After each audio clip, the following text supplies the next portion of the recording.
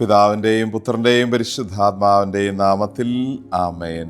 ഈശോയിൽ സ്നേഹം നിറഞ്ഞവരെ, ശ്ലീഹാകാലത്തിൻ്റെ മൂന്നാമത്തെ ഞായറാഴ്ചയിലേക്ക് നമ്മളിന്ന് പ്രാർത്ഥനാപൂർവ്വം പ്രവേശിക്കുന്നു.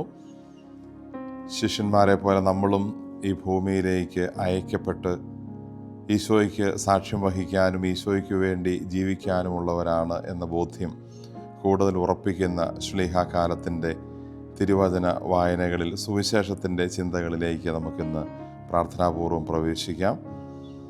ഇന്ന് വിശുദ്ധ കുർബാനയിൽ വായിച്ച് ധ്യാനിക്കാനായി സുവിശേഷം നമുക്ക് നൽകപ്പെട്ടിരിക്കുന്നത് ലൂക്കാ സുവിശേഷം 9-ാം അധ്യായം 1 മുതൽ 6 വരെ വാക്യങ്ങളിൽ ഈശോ ശ്ലീഹന്മാരെ അയക്കുന്നതിനെക്കുറിച്ചുള്ള തിരുവചന ഭാഗമാണ്. സുവിശേഷം മുഴുവൻ 2 വാക്കുകളിൽ ചുരുക്കാം എന്ന് ബൈബിൾ പണ്ഡിതർ പറയാറുണ്ട്. അത് കം ആൻഡ് ഗോ എന്ന് പറയുന്ന 2 വാക്കുകളാണ്.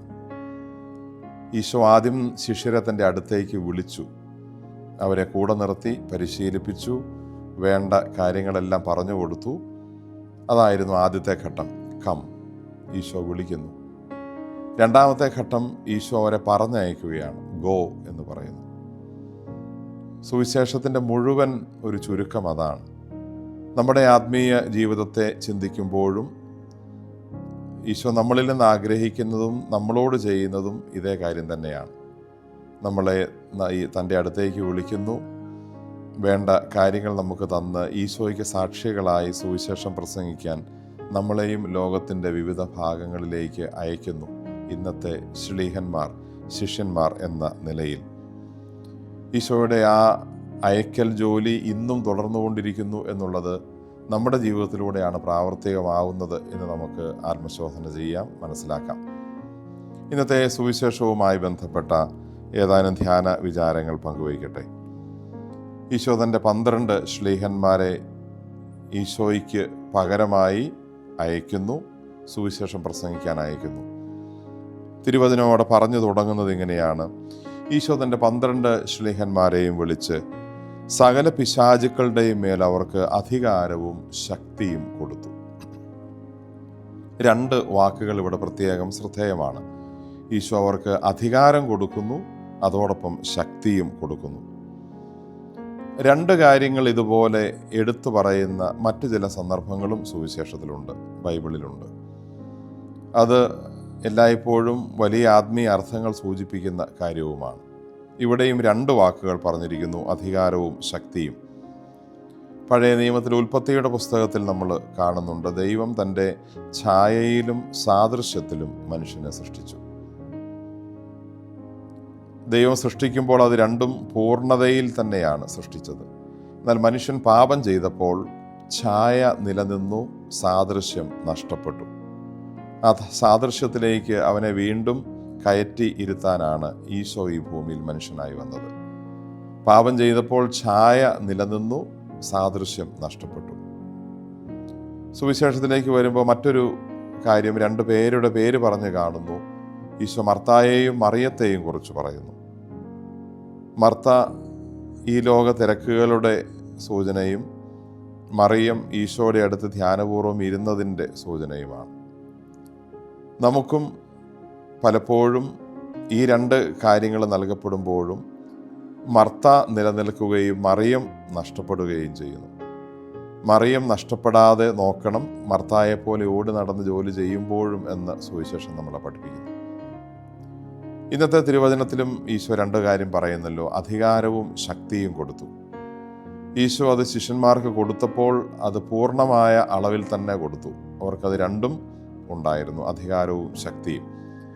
എന്നാൽ അവർ എപ്പോഴെങ്കിലും ഈശോയുടെ വ്യക്തിപരമായ ബന്ധത്തിൽ നിന്ന് അകന്ന് ഈശോയിൽ നിന്ന് ഹൃദയം കൊണ്ട് അകന്നാൽ ഈശോ നൽകിയ അധികാരം നിലനിൽക്കും, ശക്തി കുറഞ്ഞു വരും, ശക്തി നഷ്ടപ്പെടും. സ്നേഹമുള്ളവരെ, ഇത് നമ്മുടെ ജീവിതത്തിലും ഏറെ പ്രസക്തമാണ്.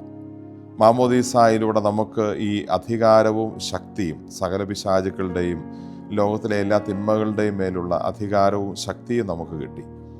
പക്ഷെ ലോകത്തോട് ഇടപഴകി ജീവിക്കുമ്പോൾ, പാപകരമായ സാഹചര്യങ്ങളിൽ ഏർപ്പെടുമ്പോൾ നമ്മളിൽ ദൈവം തന്ന അധികാരം നിലനിൽക്കും. കാരണം അത് എടുത്തു മാറ്റാൻ ഈ ലോകത്തിൽ ആർക്കും പറ്റില്ല. പക്ഷേ ലോകത്തോട് കൂടുതൽ അടുക്കുന്നത് കൊണ്ട് ദൈവത്തിൽ നിന്ന് അത് സ്വാഭാവികമായിട്ടും അകന്നിരിക്കാനും ദൈവത്തോടുള്ള ബന്ധം കുറയാനും കാരണമാകുമ്പോൾ ശക്തി നമ്മളിൽ കുറഞ്ഞു വരും.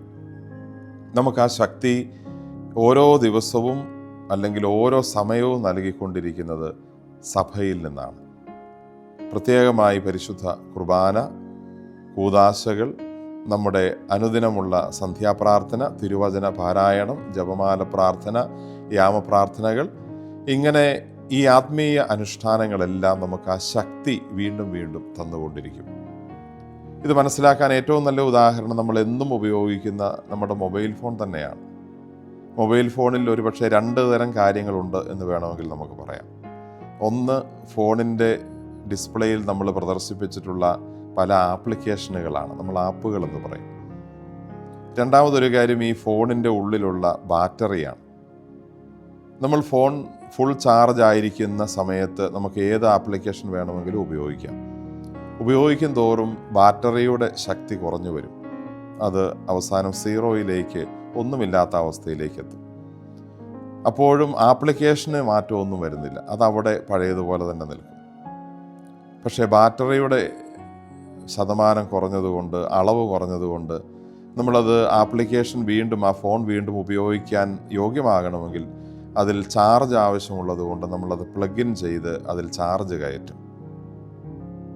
ഇതുപോലെ തന്നെയാണ് നമ്മുടെ ആത്മീയ ജീവിതവും. ദൈവം നമ്മളെയും അധികാരവും ശക്തിയും തന്ന് അയക്കുന്നു. അധികാരം എല്ലാ കാലത്തും നിലനിൽക്കുന്നു. പക്ഷേ പാപം ചെയ്യുമ്പോൾ, നമ്മൾ ദൈവത്തിൽ നിന്ന് അകലുമ്പോൾ നമ്മളിലെ ആത്മീയ ശക്തി കുറയുന്നു. അത് കൂട്ടിയെടുക്കാനുള്ള വഴികളാണ് നല്ല കുമ്പസാരം, പരിശുദ്ധ കുർബാന പങ്കെടുക്കൽ, സ്വീകരണം, മറ്റ് കൂദാശകളുടെ സ്വീകരണം, വിശുദ്ധ ഗ്രന്ഥ പാരായണം, നമ്മുടെ കുടുംബ പ്രാർത്ഥനകൾ, അതെല്ലാം. നമ്മളിൽ എത്രമാത്രം ശക്തി ഇനിയും ആവശ്യമുണ്ട്, എത്രമാത്രം ഈശോയോട് ചേർന്ന് നിൽക്കേണ്ടതുണ്ട് എന്ന് നമുക്ക് ആത്മശോധന ചെയ്യാം. ഈ ശക്തി ഒരവസരത്തിലും തീരെ കുറഞ്ഞു പോകുന്ന ഒരു സാഹചര്യം നമ്മളിൽ ഉണ്ടാകാതിരിക്കാൻ പ്രത്യേകമായി ശ്രദ്ധിക്കുകയും ചെയ്യാം. രണ്ടാമത് നമ്മൾ പ്രത്യേകമായി ശ്രദ്ധിക്കുന്ന ഒരു കാര്യം, ഈശോ ഈ ശിഷ്യന്മാരെ സുവിശേഷ ദൗത്യത്തിന് അയക്കുമ്പോൾ അവർക്ക് ചില പ്രത്യേക നിർദ്ദേശങ്ങൾ നൽകുന്നു. നിങ്ങൾ ഇന്ന ഇന്ന ആടുകളുടെ അടുത്തേക്ക് പോകണം, ഇന്ന ഇന്ന കാര്യങ്ങൾ എടുക്കണം, വടിയെടുക്കാം, ചെരുപ്പുകൾ എടുക്കാം, 2 ഉടുപ്പുണ്ടാകരുത്, അങ്ങനെ പല നിർദ്ദേശങ്ങൾ നൽകുന്നു. നല്ല റിസൾട്ട് കിട്ടേണ്ട ഏതൊരു കാര്യത്തിനും കൃത്യമായ നിയമങ്ങളും നിർദ്ദേശങ്ങളും പാലിക്കാനുണ്ടാവും. ഇത് ശിഷ്യന്മാരുടെ സ്വാതന്ത്ര്യത്തെ തടയുന്ന കാര്യമായിരുന്നില്ല. മറിച്ച് ഈശോ ഉദ്ദേശിച്ച് അയച്ച കാര്യം, ആ ഉദ്ദേശിച്ചയച്ച രീതിയിൽ ലക്ഷ്യം കാണാൻ ഇത്തരം ചില നിർദ്ദേശങ്ങളും അവരുടെ ജീവിതത്തിന് ചില ഡിസിപ്ലിനും ചില അച്ചടക്കങ്ങളും നിയമങ്ങളും ആവശ്യമായിരുന്നു. അത് ശിഷ്യന്മാർ പാലിച്ചതുകൊണ്ടാണ് അവർക്ക് ഈശോ ഉദ്ദേശിച്ച രീതിയിൽ എല്ലായിടത്തും സുവിശേഷം പ്രസംഗിക്കാൻ സാധിച്ചത്. സ്നേഹമുള്ളവരെ, നമ്മുടെ പ്രായോഗിക ജീവിതത്തിലേക്ക് കൂടി ദൈവം നീട്ടിവെക്കുന്ന ഒരു ചിന്തയാണിത്. നമ്മൾ ഏത് സ്ഥലത്ത് ജീവിക്കുമ്പോഴും അവിടെ ചില നിയമങ്ങളുണ്ട്. വീടിനുണ്ട്, പള്ളിക്കുണ്ട്, നമ്മൾ വർക്ക് ചെയ്യുന്ന ഓഫീസിനുണ്ട്, സ്കൂളിനുണ്ട്, കോളേജിനുണ്ട്. നമ്മൾ ഇടപെടുന്ന ഏത് സമൂഹത്തിനും അതിൻ്റേതായ ചില നിയമങ്ങളുണ്ട്. അത് അവിടെ ഒരു നല്ല ക്രമം പാലിക്കപ്പെടുന്നതിന് വേണ്ടിയും ആ സ്ഥലം അല്ലെങ്കിൽ ആ സാഹചര്യം ഏറ്റവും നല്ല ഫലം ആ വ്യക്തിക്ക് കൊടുക്കുന്നതിനും വേണ്ടിയിട്ടാണ്. അത് ആരുടെയും സ്വാതന്ത്ര്യത്തെ തടസ്സപ്പെടുത്തുന്നതല്ല, മറിച്ച് അതിൽ നിന്ന് ഏറ്റവും നല്ല ഫലം ഉണ്ടാകുന്നതിന് വേണ്ടിയിട്ടാണ്. നമ്മൾ ഏത് ഇലക്ട്രിക് ഉപകരണം വാങ്ങുമ്പോഴും ഒരു യൂസേഴ്സ് ഗൈഡ്, യൂസേഴ്സ് മാനുവൽ അതോടൊപ്പം എഴുതി വച്ചിരിക്കുന്നത് നമുക്ക് വായിക്കാനായി നൽകും. അത് എങ്ങനെയും ഉപയോഗിക്കുക എന്ന നമ്മുടെ ഇഷ്ടത്തെ തടയുന്നതല്ല, മറിച്ച് അതിൽ പറഞ്ഞിരിക്കുന്ന രീതിയിൽ ഉപയോഗിക്കുന്നത് വഴി ആ ഉപകരണം ഏറ്റവും നല്ല ഫലം അതിൻ്റെ ഗുണഭോക്താവിന് കൊടുക്കണം എന്ന ഉദ്ദേശത്തോടു കൂടി വച്ചിരിക്കുന്ന കാര്യമാണ്. അത് അതേപടി ചെയ്യുന്നവർക്ക് ഏറ്റവും നല്ല പ്രയോജനം അതിൽ നിന്ന് കിട്ടും. അല്ലാത്തവർക്ക് ആ ഉപകരണം വളരെ പെട്ടെന്ന് കേടാവുന്നതായി കാണാനും പറ്റും. നമുക്കും നമ്മുടെ ജീവിത സാഹചര്യങ്ങളുമായി നൽകുന്ന നിർദ്ദേശങ്ങൾ, നിയമങ്ങൾ, അച്ചടക്കങ്ങളെല്ലാം ആ നല്ല അർത്ഥത്തിൽ മനസ്സിലാക്കി ഏറ്റവും ഉചിതമായ രീതിയിൽ പാലിക്കാനും നിർദ്ദേശങ്ങളോട് സഹകരിക്കാനും നമുക്ക് എല്ലാ ഇടങ്ങളിലും പരിശ്രമിക്കാം. മൂന്നാമതൊരു കാര്യം നമ്മൾ ശ്രദ്ധിക്കുന്നു, ഈശോ ഇന്നും തൻ്റെ ഈ അയക്കൽ പ്രക്രിയ തുടർന്നുകൊണ്ടിരിക്കുന്നു. നമ്മളെല്ലാം ആത്മാവും ശരീരവും ഉള്ളവരാണ്. നമ്മുടെ ആത്മാവ് സ്വർഗത്തിലായിരുന്നു. സ്വർഗത്തിൽ നിന്നൊരാത്മാവിനെ നമ്മുടേതുപോലെ ഒരു ശരീരം നൽകി ഈശോ സ്വർഗത്തിൽ നിന്ന് അയക്കുന്നു.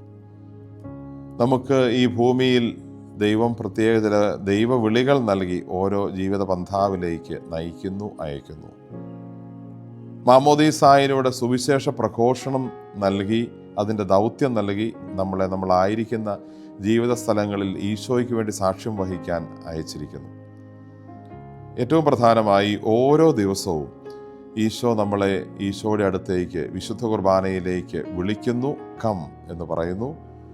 ആ വിശുദ്ധ കുർബാനയിൽ ഈശോയ്ക്ക് പറയാനുള്ളത് തിരുവചന സന്ദേശത്തിലൂടെ പറഞ്ഞ് ശരീരവും രക്തവുമാകുന്ന ശക്തി നൽകി നമ്മളെ വീണ്ടും ബലപ്പെടുത്തി നമ്മളെ തിരിച്ച് നമ്മുടെ ജീവിത ഇടങ്ങളിലേക്ക് അയക്കുന്നു. ഈ അയക്കൽ പ്രക്രിയ ഓരോ ദിവസവും നമ്മളിൽ നടന്നുകൊണ്ടിരിക്കുന്നു. ഓരോ ഞായറാഴ്ചയും നമ്മളിൽ നടന്നുകൊണ്ടിരിക്കുന്നു. ഈ ശക്തി സ്വീകരിക്കാൻ പറ്റാത്തവർക്കാണ് പാപത്തിലേക്ക്, തെറ്റിദ്ധാരണകളിലേക്ക്, പ്രശ്നങ്ങളിലേക്ക് വീണു പോകാൻ ഇടയാകുന്നത്. നമുക്കതുകൊണ്ട് ഈ അയക്കൽ പ്രക്രിയയിൽ ഈശോയുടെ ഇന്നത്തെ ശിഷ്യന്മാരാണ് നമ്മൾ എന്ന വലിയ ബോധ്യം മനസ്സിൽ ഓർമ്മിക്കാം. നമ്മുടെ കുറഞ്ഞു പോകുന്ന ശക്തിയെ കൂട്ടിക്കൊണ്ടുവരുന്ന, അതിനായി ദൈവം ഒരുക്കുന്ന എല്ലാ ആത്മീയ അവസരങ്ങളും നഷ്ടപ്പെടാതെ സ്വീകരിക്കാനുള്ള ശ്രദ്ധ നമുക്കുണ്ടാവട്ടെ. വചനം ശ്രവിക്കുന്നത്, ധ്യാനം കൂടുന്നത്, ആത്മീയ ശുശ്രൂഷകളിൽ പങ്കെടുക്കുന്നതെല്ലാം നമ്മുടെ ഈ കുറഞ്ഞു പോകുന്ന ആത്മീയ ശക്തിയെ ശക്തിപ്പെടുത്തുകയും ബലപ്പെടുത്തുകയും ചെയ്യുന്ന കാര്യങ്ങളാണ്. ഇപ്രകാരമുള്ള ആത്മീയ അനുഷ്ഠാനങ്ങളിലും ശുശ്രൂഷകളിലൂടെയും നമ്മൾ വീണ്ടും ശക്തരായി പൂർവാധികം ശക്തിപ്പെട്ട് ഈശോയ്ക്ക് സാക്ഷ്യം വഹിക്കാൻ, ഈശോയ്ക്ക് വേണ്ടി ഓരോ ദിവസവും അയക്കപ്പെടാൻ നമുക്ക് സന്തോഷപൂർവ്വം ഈശോയുടെ പക്കലേക്ക് വരാം. ദൈവം നമ്മളെ സമൃദ്ധമായി അനുഗ്രഹിക്കട്ടെ. ശിഷ്യന്മാരുടെ തീക്ഷ്ണതയോടെ, ശിഷ്യന്മാരുടെ മിശിഹാനുഭവത്തോടെ നമ്മളായിരിക്കുന്ന ഇടങ്ങളിൽ ഈശോയെ പ്രഘോഷിക്കാനും കാണിച്ചു കൊടുക്കാനും നമുക്ക് സാധിക്കട്ടെ. ദൈവം നമ്മളെ കർത്താവിൻ്റെ ഈ ദിവസം സമൃദ്ധമായി ആശീർവദിക്കട്ടെ. ആമേൻ.